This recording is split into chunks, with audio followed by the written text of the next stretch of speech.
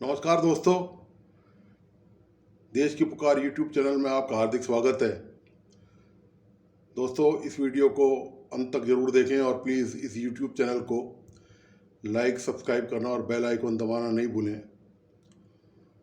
दोस्तों, इन दिनों north east का एक राज्य है मणिपुर, वह पिछले करीब एक महीने से हिंसा का तांडव वहाँ पर चल रहा है। वहाँ पर 100 से ज़्यादा लोग मारे जा चुके हैं। इसके अलावा हजारों करोड़ की संपत्ति, सार्वजनिक संपत्ति और निजी संपत्ति का नुकसान हो चुका है। यह एक सीमावर्ती राज्य है जो नॉर्थ ईस्ट का बहुत ही महत्वपूर्ण और सामरिक और आप यूँ कहें कि भौगोलिक दृष्टि से देश का बहुत ही महत्वपूर्ण राज्य है। इस हिंसा की जो वजह है वहाँ पर, उस पर मैं आपको कुछ जानकारी देना चाहता हूँ और इस विषय के को चुनने के लिए, आज इस पर बहस करने की वजह क्या है, इसका विश्लेषण करने की वजह क्या है, इसकी भी जानकारी मैं आपको ज़रूर दूंगा कि आज ये एक ऐसा नया विषय, एक बिल्कुल अलग हटके विषय जो मैंने चुना है, उसकी वजह क्या है, उसका कारण क्या है। दोस्तों, ये मणिपुर में जो हिंसा की जो आग लगी हुई है और अभी भी जारी है, पूरा मणिपुर अस्त व्यस्त है और पूरा देश इस बात से हैरान, परेशान और चिंतित है। उसका एक कारण है कि पिछले एक महीने पहले करीब मणिपुर हाई कोर्ट ने वहाँ मैतेई जो आदिवासी हैं उनके फेवर में एक फैसला दे दिया कि इनको आरक्षण दिया जाए। तो कुकी समाज वहाँ पर दूसरा जो आदिवासी है वो है कुकी समाज, वहाँ पर कुकी वर्ग, तो उन्होंने इस बात का भारी विरोध किया और वहाँ से हिंसा स्टार्ट हो गई। हालांकि कहा तो ये जा रहा है कि इस हिंसा में, इस जो हिंसा की जो आग है ये, इसमें वहाँ पर जो ड्रग्स की जो तस्करी है और जो अवैध हथियार बर्मा से इधर से आते हैं, जो वहाँ पर सीमा लगती है बर्मा से, और जो विद्रोही हैं वहाँ पर, उन लोगों ने इस हिंसा को भड़काया है।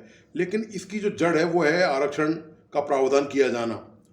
राज्य सरकार ने करीब 10 साल पहले ये प्रस्ताव पास किया था उस समय, और उसके बाद अब ये हाई कोर्ट ने जैसे ये फैसला दिया तो उसके अगले दिन से ही वहाँ पर आरक्षण को लेकर हिंसा भड़क उठी और जगह जगह आगजनी हुई और 100 से ज़्यादा लोग हिंसा में मारे गए। पुलिस और सुरक्षा बल और सेना वहाँ पर मैदान में उतर आई है कानून व्यवस्था को संभालने के लिए। दोस्तों, मुद्दा दरअसल ये है कि सवाल ये है कि ये जो आरक्षण है, इसके कारण केवल मणिपुर नहीं जला है, इससे पहले भी देश कई बार आरक्षण से जल चुका है। ये पहली बार नहीं हुआ है देश में कि एक आरक्षण की आग से मणिपुर धधक रहा है। देश ने कई जख्म खाए हैं, कई जले हुए निशान देश के चेहरे पर। देश की जो तस्वीर है, जो ज्योग्राफी है देश की, उसमें कई जले हुए निशान आपको, यदि आप इतिहास के पन्ने खंगालेंगे तो आपको मिल जाएंगे।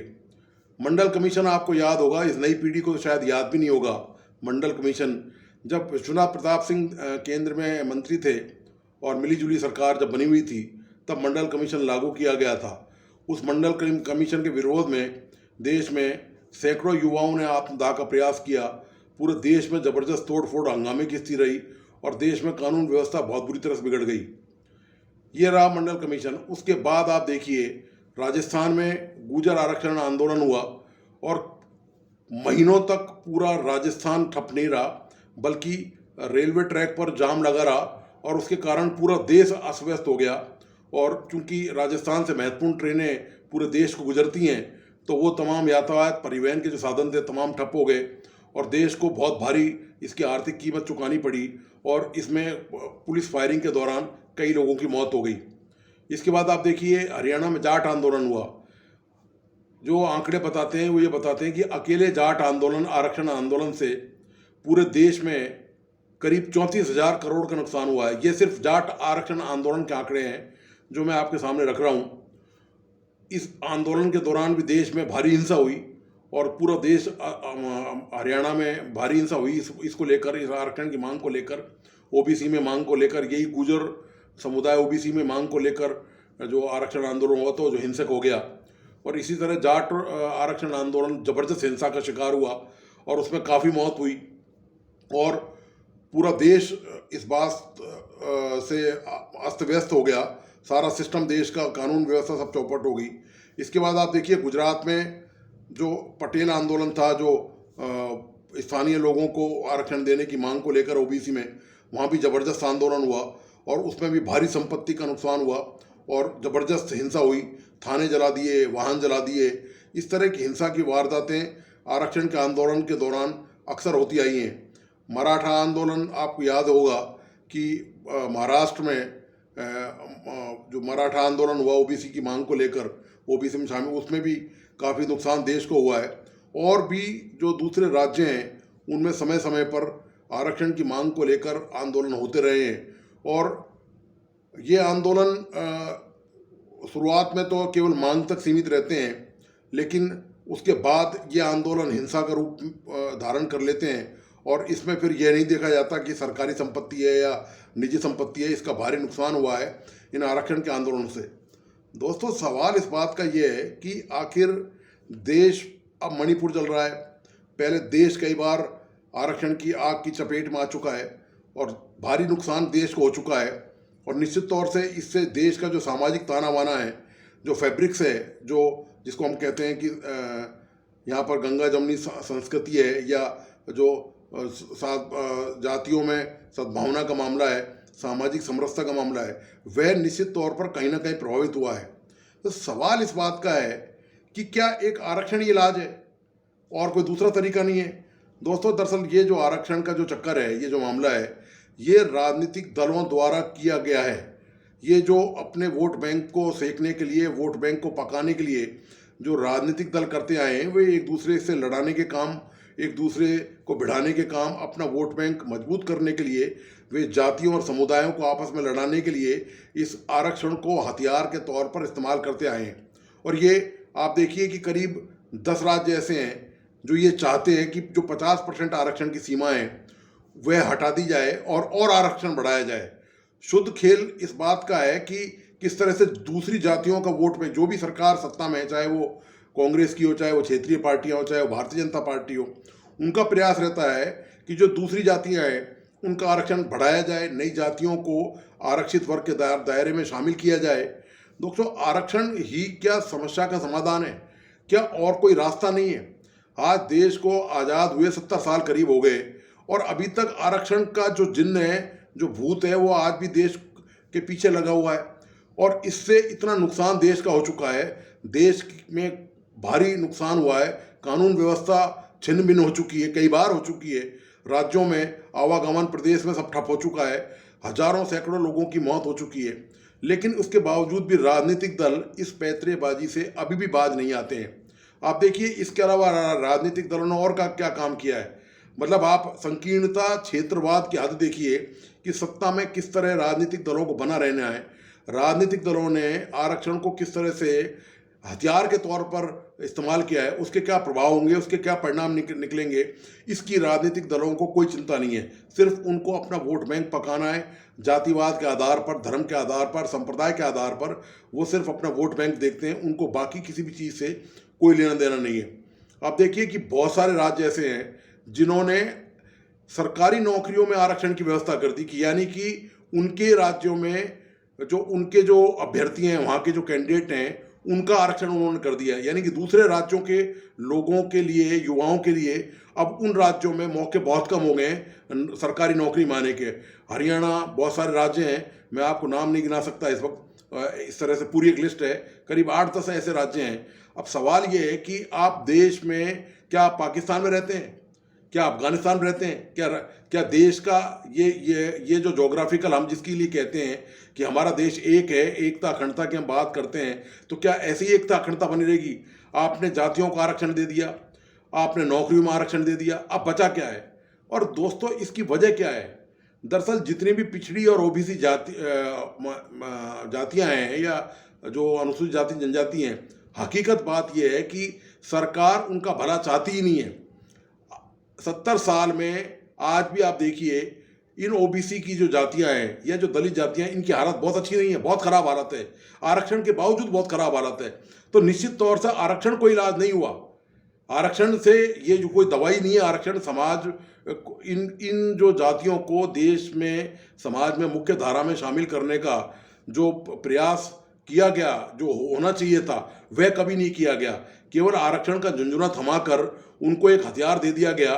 और उनकी जो विकास की योजनाएं, मैं सबसे महत्वपूर्ण बात यह है कि 70 साल बाद भी आज वो समाज में मुख्य धारा में नहीं है। आज भी आप देखिए उनके साथ भेदभाव होता है, अस्पृश्यता की नीति उनके साथ लागू होती है। आज भी वो दूसरी जातियों में, जो पिछड़ी जाति हैं, दलित जाति हैं, वो मिक्सअप नहीं हो पाती हैं। उसका कारण ये है कि वे आज भी सामाजिक तौर पर बहुत ज़्यादा पिछड़े हुए हैं। इसकी वजह आरक्षण नहीं है। आरक्षण देने से भी उनका कुछ भला नहीं हुआ। यदि आरक्षण से भरा होता तो आज बताइए, देश में जितनी भी ऐसी जातियां हैं, वे समाज की जो अन्य जातियां हैं उनके साथ बराबरी के मुकाबले में खड़ी होती। लेकिन ऐसा नहीं हुआ। उनके लिए जो योजनाएं बनाई जानी चाहिए, विकास की योजनाएं बनाई जानी चाहिए, उनके उत्थान की योजनाएं बनाई जानी चाहिए, उनकी शिक्षा दीक्षा, उनके रोजगार की जो योजना आत्मनिर्भर बनाने के लिए बनाई जानी चाहिए, वह प्रयास किसी भी राजनीतिक पार्टी ने कभी गंभीरता से नहीं किया। आरक्षण एक सस्ता सुलभ हथियार उनको लगा कि इसके जरिए जातियों का वोट बैंक इकट्ठा किया जा सकता है और चुनाव में इसका राजनीतिक फायदा लिया जा सकता है। इस मामले में सारे राजनीतिक दलों में एका है। आप देखिए, आरक्षण के मामले में एक भी राजनीतिक दल, आप एक का भी नाम नहीं गिना सकते, चाहे वो नई पार्टी हो, चाहे वो पुरानी पार्टी हो, चाहे कांग्रेस हो, चाहे बीजेपी हो, चाहे क्षेत्रीय दल हो, चाहे जो भी पार्टियां हो, वे आरक्षण के मामले पर बोलने को तैयार ही नहीं है। आज भी दरअसल जरूरत तो जो आरक्षित जातियां हैं उनके विकास की है, उनके बच्चों को अच्छी शिक्षा दिए जाने की है, उनको रोजगार दिए जाने की है। आप जाके देखिए किसी भी दलितों के गांव में, आपको नज़ारा वहाँ पता चल जाएगा। आज भी वो दलित मुख्य धारा में शामिल नहीं है। आज भी गांव में आप जाके देखिए, उनकी बस्ती आपको अलग नजर आएगी। आज भी कुओं से पानी उनको आसानी से नहीं भरने दिया जाता। सार्वजनिक से जो सुविधाएं जो मिलनी चाहिए, वे आज भी उन सबसे वंचित हैं।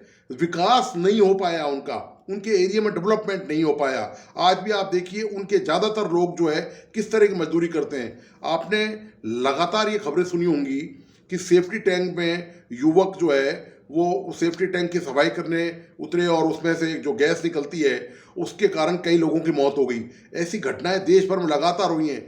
दोस्तों, आज़ादी के इतने साल बाद भी यदि आज भी जो दलित जातियां हैं वे सेफ्टी टैंक की सफाई करती हैं, तो विकास किस बात का हुआ?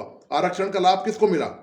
तो सवाल इस बात का है कि जो भ्रष्टाचार है, जब तक वह पूरी तरह से खत्म नहीं होगा और जो विकास की नई योजनाएं इनके लिए बने और इनको समाज में मुख्य धारा में लाने के लिए, केवल आप बताइए, आरक्षित वर्ग में नौकरियां होने के बावजूद भी आज भी भेदभाव और अस्पृश्यता कायम है।